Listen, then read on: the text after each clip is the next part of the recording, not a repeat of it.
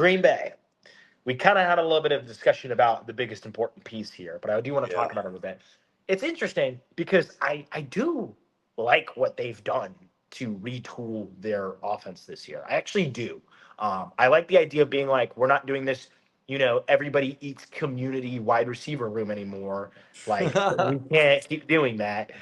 We're going to focus on 2 to 3 receivers that we look at as the focal points of our offense and run it through those guys. And I think they look at Watson as the volatile one, and I think they look at Reed and Golden as the consistent ones that are going to be playing flanker, playing slot. Maybe not necessarily X. I think Watson will play that for you, but I think they look at it as Reed and Golden are our consistent receivers. Watson's our volatile one, which I do really like. I think that's the right moves. I think that's the right choices. But then comes the conversation of, now that you've made that choice, now you have to be faced with the truth of what Reed and Golden can be. And they've had really high moments. I think Jaden Reed has had some truly high moments. I think there's been some times in his career in small doses where he's been as good as like Chris Olave has been. And I truly mean that. Like I truly mean that. I think he has that ability to be in that upper echelon superstar wide receiver too.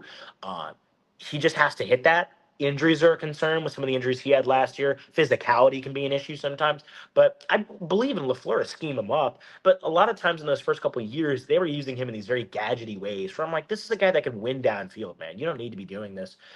And then the same kind of goes with Golden, where him and Love just couldn't get on the same page for a majority of the year. So you're talking about like weird obstacles to get over, both for them internally as players, but then also LaFleur needing to learn how to centralize 2 receivers, 3 receivers into a bigger offense as opposed to like a community-led receiver room. Like there's a lot of growing to do on both ends of this for both the receivers and both the coaching staff, which I think they can get to that point, and I think it's the right choice and the right moves.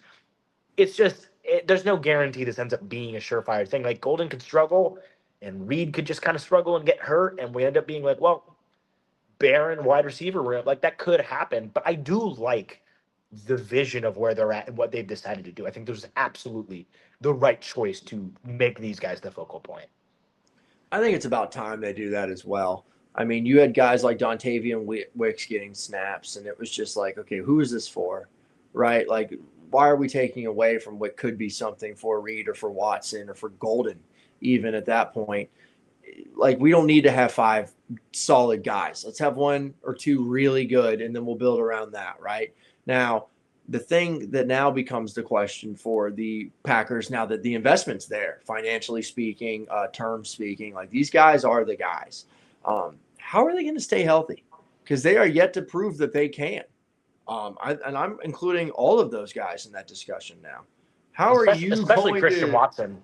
especially Christian Watson, Yeah. how are you going to show me that you are worth the money that we've invested into you? Right? I need to Yeah. maximize your 8 to 12 game window. And I'm not even able to do that because during those games, you're coming off for, drives at a time because something gets banged up or something's feeling sore or, you have to go back to the locker room to get something fixed up. Like, if I'm a Packers fan, like, I'm almost frustrated with, the thought process of building around somebody like that at this point because I feel like the investment was so hefty for what he has brought to the table so far. I was very, very surprised by that contract. I thought it would be more of a prove it deal rather than what it ended up being, which is a you're our franchise guy kind of a deal.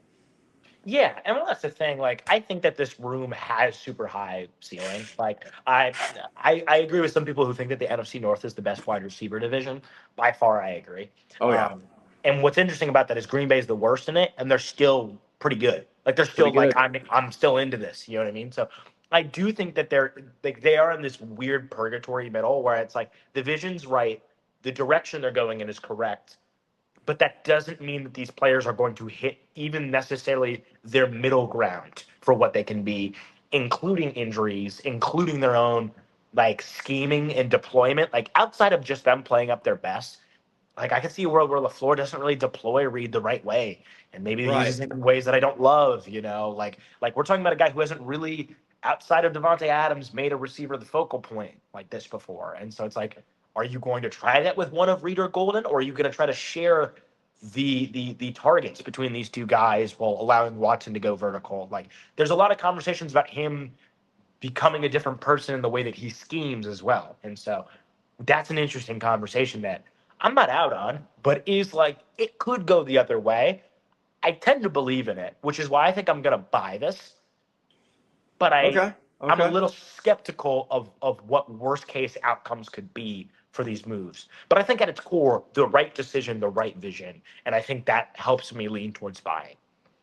I think the right decision to build around a wide receiver, the right vision to do that as well, the wrong player that they chose. I think that they, in the short term, are going to regret letting Dobbs walk like they did. I think in the long term, they're going to see a hindsight 2020 of maybe paying the wrong guys here. So actually, I'm going to sell. Interesting. So you think Dobbs would have been a more efficient use of a contract than Watson? Oh yeah, I think you could have taken the money you gave to Watson and gotten two of like a Dobbs and a Reed, and I made just sure to I build around just that kind of a room. I just think a Dobbs is a lot more easier to find. Like, I just think a Dobbs is a lot more easier to find. I think a Watson's just so much more I can volatile. find an injury-prone receiver too.